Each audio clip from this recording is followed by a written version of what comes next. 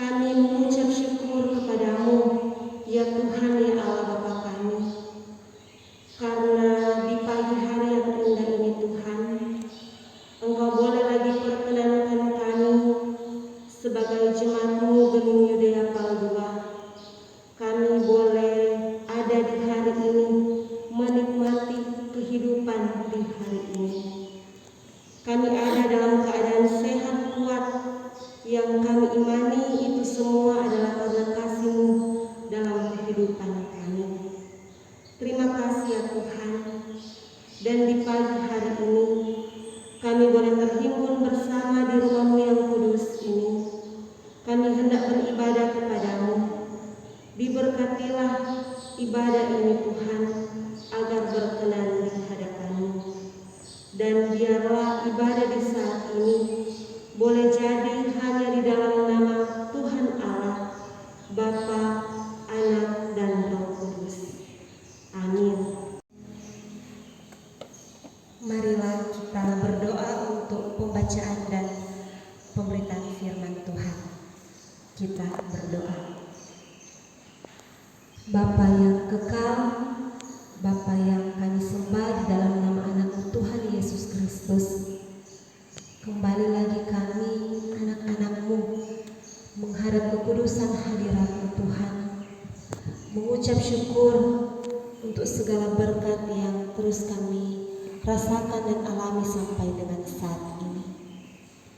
Di saat ini Tuhan, di pagi hari yang indah ini, kami jemaat-Mu telah siap untuk membaca dan merenungkan sebagian dari sabda firman-Mu.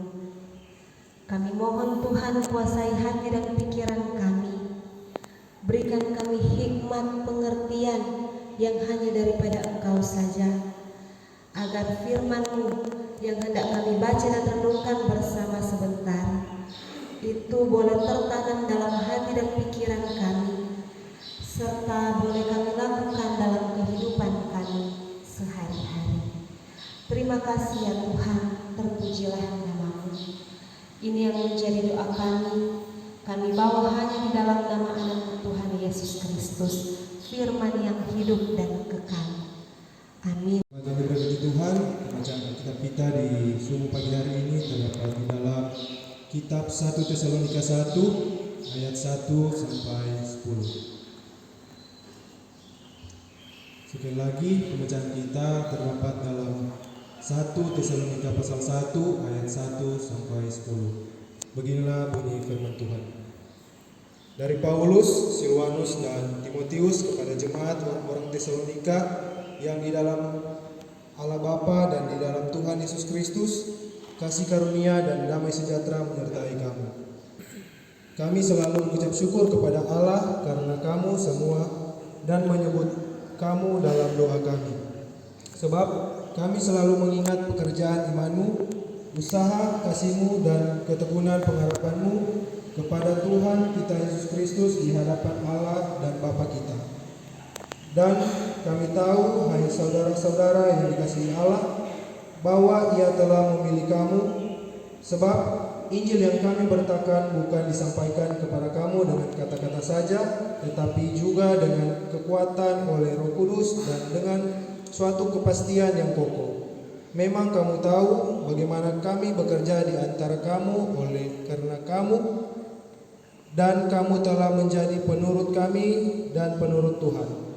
Dalam penindasan yang berat, kamu telah menerima firman itu dengan sukacita yang dikerjakan oleh Roh Kudus, sehingga kamu telah menjadi teladan untuk semua orang yang percaya di wilayah Makedonia dan Akhaya.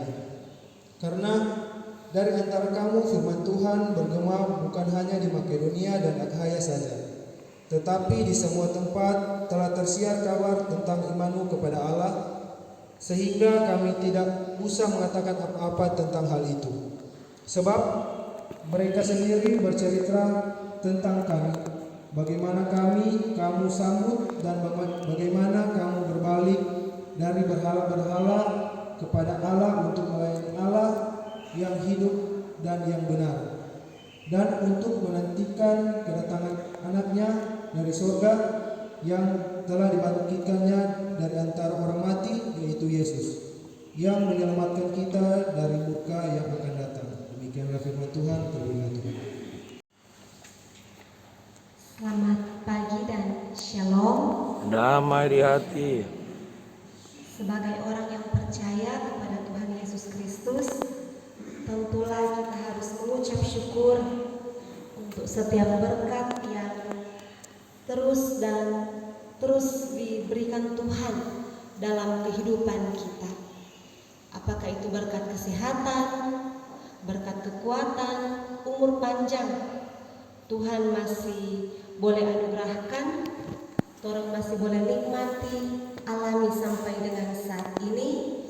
Ketika juga orang ada di hari Minggu yang terakhir di bulan April 2022 ini. Ya, bersyukur karena orang masih diberi kesempatan untuk hidup dan untuk berkarya. Dan karena itu biarlah dalam setiap pekerjaan, dalam setiap perjalanan kehidupan kita boleh selalu berusaha melakukan apa yang baik dan benar di hadapan Tuhan.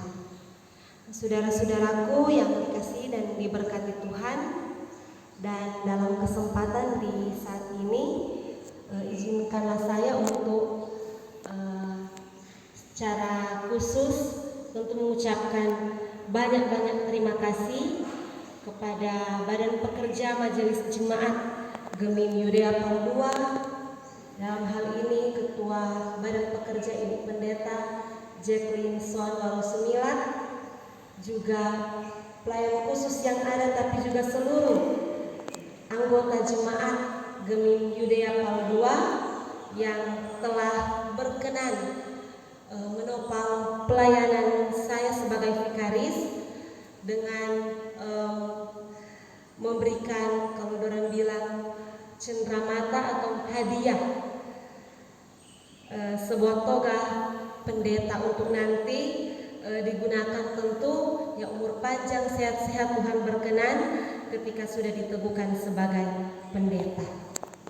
Ya, tentu ini adalah juga satu kebanggaan bagi kita secara pribadi, karena kalau mau jujurnya tidak semua dapat kesempatan seperti ini, dapat oleh-oleh, dapat hadiah dari jemaat. Tidak semua vikaris dapat kesempatan yang seperti ini. Karena itu sekali lagi saya sungguh berterima kasih untuk perhatian bagi kami para vikaris, pendeta yang ada di Jemaat Gemim Yudea Pal II. Dan tentu kita tidak dapat balas kebaikan dari jemaat, tetapi yang pasti ada doa yang selalu disampaikan, Tuhan yang akan balas berkat semua kebaikan, perhatian dari Bapak Ibu Saudara-saudari BPMJ Pelsus dan Jemaat Gemim Yudea Pal II. Jemaat yang dikasihi dan diberkati oleh Tuhan Yesus Kristus,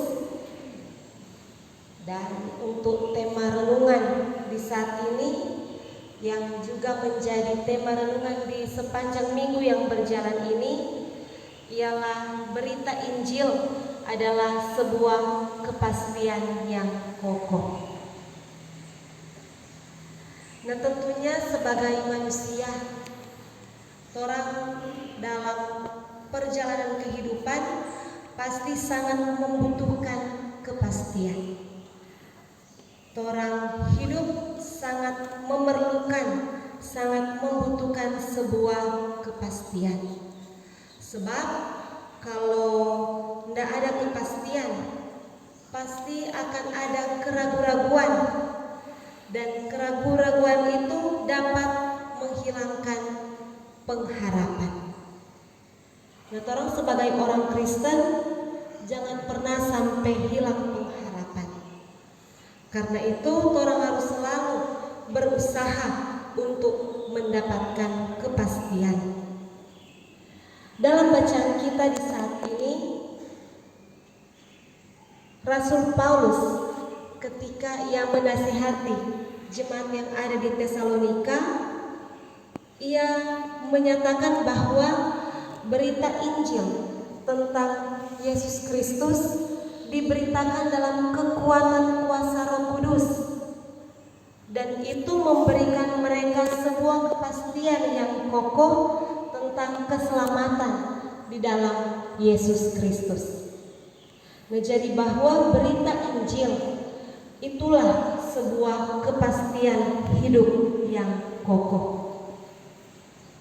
Nah, surat Rasul Paulus biasanya diawali dengan salam untuk memperkenalkan dirinya, baik secara pribadi tapi juga untuk memperkenalkan rekan sekerjanya. Dalam ayat 1 bacaan kita dijelaskan bahwa 3 penginjil, yaitu Paulus, Silwanus, dan Timotius, mereka bertiga sama-sama peduli terhadap orang percaya di Tesalonika. Mereka memberikan salam berkat kepada jemaat yang ada di Tesalonika.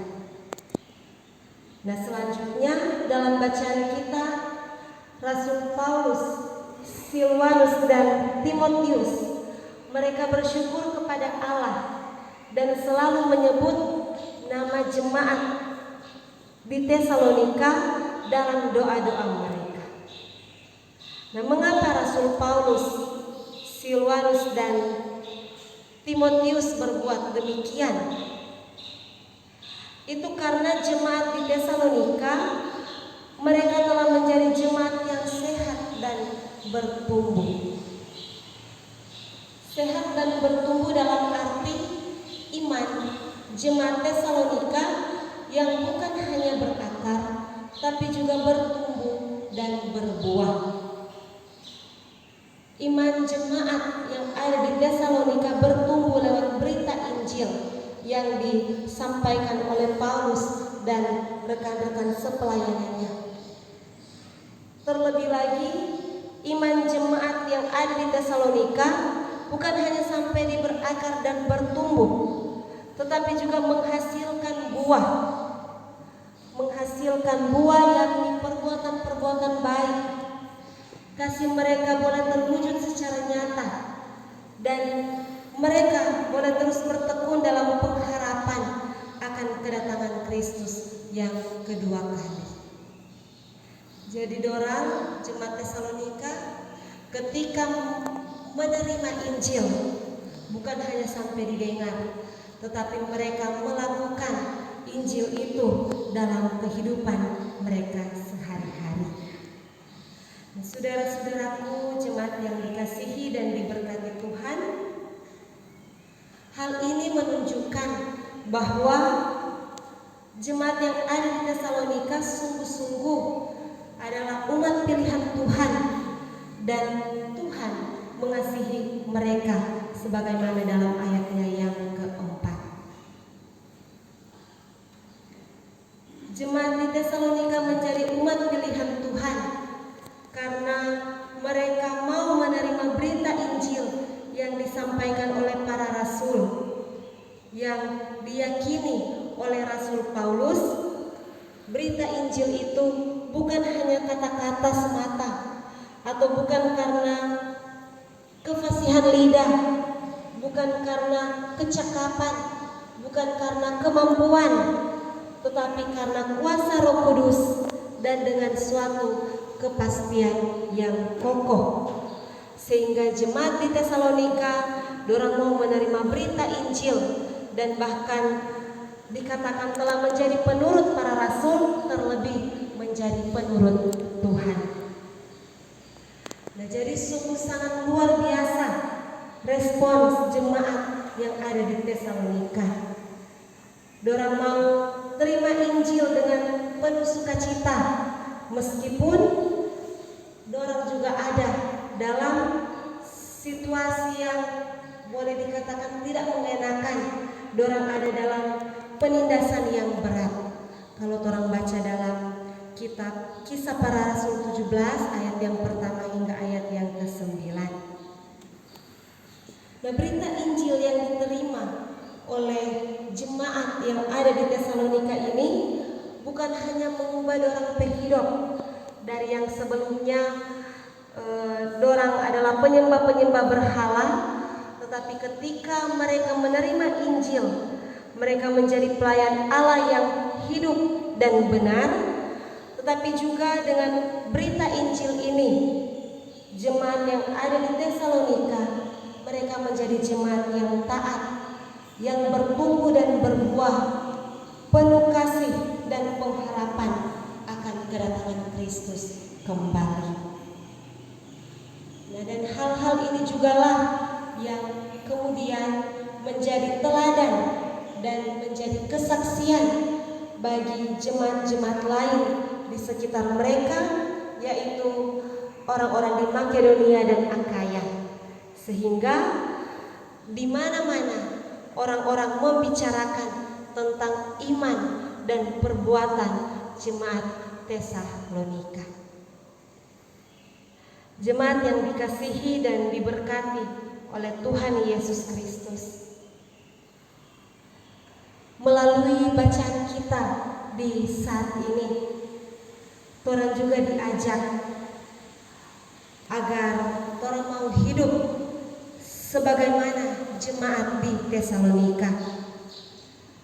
Orang mau diajak supaya orang mau menerima berita Injil dengan penuh sukacita, karena percaya bahwa Injil itu adalah kepastian yang kokoh dalam orang kehidupan. Orang hidup akan terombang-ambing tanpa Injil, tanpa firman Tuhan. Injil atau firman Tuhan itu adalah kompas, atau kalau sekarang orang bilang GPS, penunjuk arah kemana orang mau melangkah.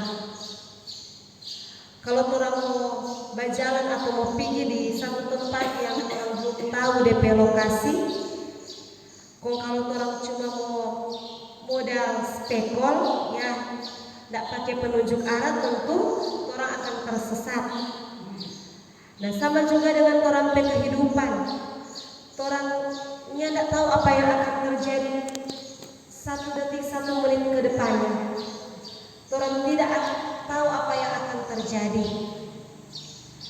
Kalau ya orang cuma modal lagi spekul dalam menjalani kehidupan ini, tentu akan membawa orang ke jurang kebinasaan. Karena itu ada Alkitab yang berisi Injil, firman Tuhan sebagai penunjuk arah kehidupan, supaya orang tahu yang mana yang boleh orang backing, mana yang jangan, mana itu larangan, mana itu perintah. Mari tentu jangan hanya sampai dibaca, jangan hanya sampai didengar, tetapi Injil itu juga harus orang laksanakan dalam orang kehidupan sehari-hari. Sama dengan jemaat Tesalonika yang akhirnya menjadi berkat bagi orang banyak karena Injil yang dorang terima, dorang lakukan dalam kehidupan mereka sehari-hari. Biar juga orang sebagai jemaat Tuhan yang ada di masa kini, dorang juga boleh menjadi berkat bagi banyak orang. Menjadi berkat bukan menjadi batu sandungan. Orang so tahu memboleh, orang pura-pura nentang atau orang pura-pura lupa. Orang harus jadi teladan sehingga orang menjadi berkat bukan hanya lewat orang kata-kata, tetapi juga lewat orang tindakan nyata. Biarlah firman Tuhan di saat ini juga bisa diterima dan dilakukan dalam kehidupan kita setiap hari. Tuhan Yesus senantiasa memberkati. Amin. Saudara-saudara, perhatikanlah firman Tuhan yang berikut dalam Yesaya pasal 54 ayatnya yang ke-10. Sebab biarpun gunung-gunung beranjak dan bukit-bukit bergoyang, tetapi kasih setiamu tidak akan beranjak daripadamu, dan perjanjian damai-Ku tidak akan bergoyang. Firman Tuhan yang mengasihani engkau. Pergilah dengan selamat dan terimalah berkat Tuhan. Kasih karunia Tuhan Yesus Kristus dan kasih Allah dan persekutuan Roh Kudus